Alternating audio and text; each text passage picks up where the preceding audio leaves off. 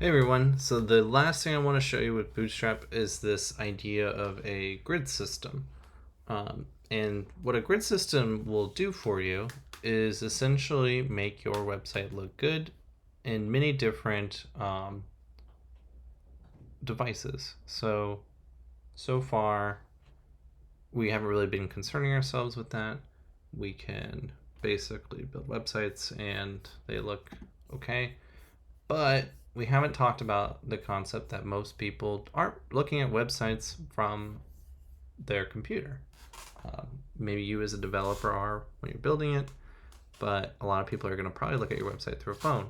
And Bootstrap, built in, baked into Bootstrap, is this already robust system of breakpoints and media queries that allow your site to display well on a mobile device or a tablet or whatever. And you have a lot of control in that too. So just to show you that even without doing anything, it's already kind of baked in. Watch what happens to this nav bar when I shrink the page. Going, and boom. Now we have this 3 little dash here, and if we click that, our navigation items that were in the full length drop down like that. So you can also see everything kind of shrinking nicely. But we have a lot of control over what we want to display and how we want to display it. So let's go into that. So this will kind of give you an idea for the overall idea of what breakpoints are. And basically it's done by pixels to say, hey, like at this size, we want certain things to display. And a lot of this just kind of shows you the media queries and stuff baked behind it, but might be a little confusing if you never used media queries before. So let's just go into like the how to use portion of it. We go to containers. So containers are the fundamental building block of Bootstrap that contain, pad, and align your content within a given device or viewport. Great, what does that mean? So let's just go ahead and it says, hey, you can use a default container. It's just a div with a class of container. And now I'm not going to use a div. Bootstrap is all about talking about divs. We can use any sort of tag that we want. I'm going to use a main tag. And I'm going to give that a class of container. And I'm going to show you what this does by taking all the content that I've done so far, besides that script, and put it inside this main tag. There we go. Let's save that and refresh. Well, look at that. Everything has kind of padded itself into the middle here, and this is what you want. When your website kisses up against the edge, that's not really a good look and feel. So the container basically says, hey, let's take everything and do what it says.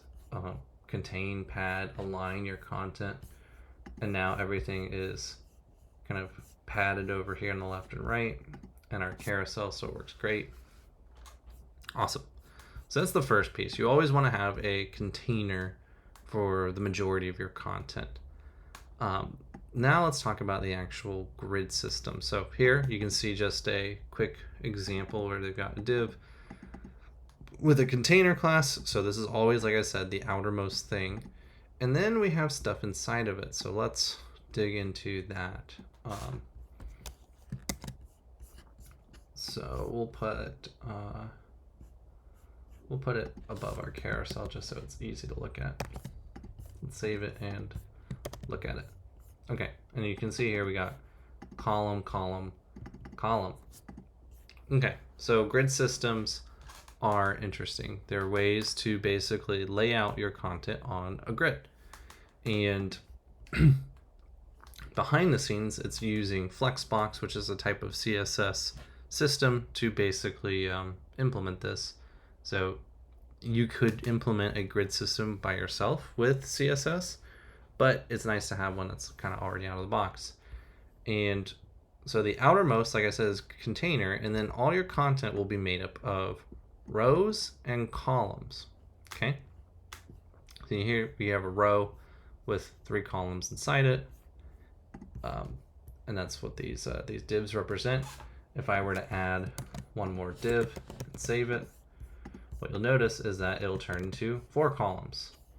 And so you'll have 4 equally spaced columns. And the grid system goes up to 12 columns. So you can have as many as 12 columns. If we go ahead and put in 1, 2, 3, 4, 5, 6, 7, 8, 9, 10, 11, 12, we'll have 12 columns. And I think if we put 13, that will break. Well, no, it looks like it still works, but I think you're kind of going at your own your own risk there at a certain point. So let's shrink this back down to, let's see, 1, 2, 3, 4, 5, 6, 7. Let's do 6 columns. Cool. So 6 columns. So there are 6 responsive breakpoints that you can use. So far, just by using the regular columns, it basically, I think the default is this one here. So I think the default is no prefix. So just columns by itself means that 576 pixels or larger.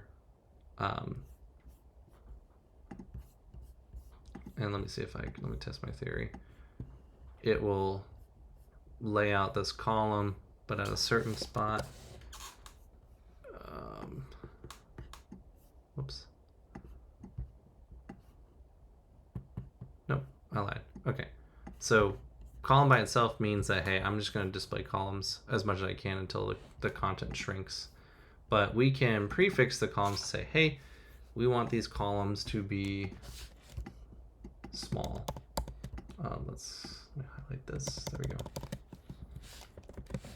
So we only want these columns to appear above 576 pixels. If it gets below that, then we want it to go away. So if you look at this top right here, this is going to shrink. So 960, 874, 774, 671, and the default behavior will be to stack them. There we go. So, hey, at this width and above, we want these columns to render. Everything, once we've gotten past that, and we've gotten smaller than that on a small phone or whatnot, we want it to just stack on top of each other. So you can use these columns to essentially determine your size and when you want them to break down. You can number your columns as well. So let's say we want this column to take up 3 spaces. So column -sm-3. So now this first one will take up 3 columns worth of space, and then the rest will just kind of fill in the rest. We could even say we want it to take half the space. So again, it's at a 12 column basis. So now this first one's taking up all the space to the point where it actually breaks the layout a bit because of the width we're at. So could be something you want, might not be. Just depends on kind of what you want your layout to look like.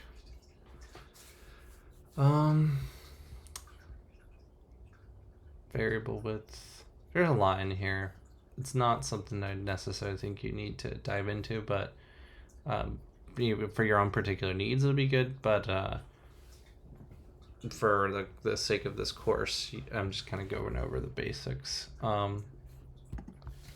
So when you feel like you're finished with a row, you can build another row and put more stuff in it.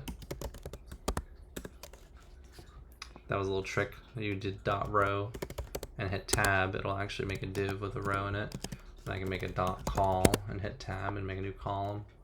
I want to show you that you can put other content in there. So let's grab some component here. Let's do card. So I'm going to copy this card. I'm going to put 3 columns with 3 cards in it. And save the page. And you can see that you don't just have to do text, you can do columns, you can have components and columns, and it'll lay out the content in however way you want. So if we got rid of one of those cards, it will go ahead and split the space, and this is one column, this is another column, so it takes up half and half. If you want to center them and whatnot, you've got to do that yourself. There's other classes to kind of help you if you wanted to center those, but we won't go over that. And yeah, that's really it. I think that's good enough for what you need for this course. It's definitely a vast improvement over some of the basic lack of styling I pretty much do in most of my videos, but again, this is meant to be a JavaScript heavy course, so that's why I don't do a lot of styling. So thank you for watching, and I hope this is a nice little week of content so that you feel like you can build a more polished portfolio if you ever decide to go into web development in the future. Take care.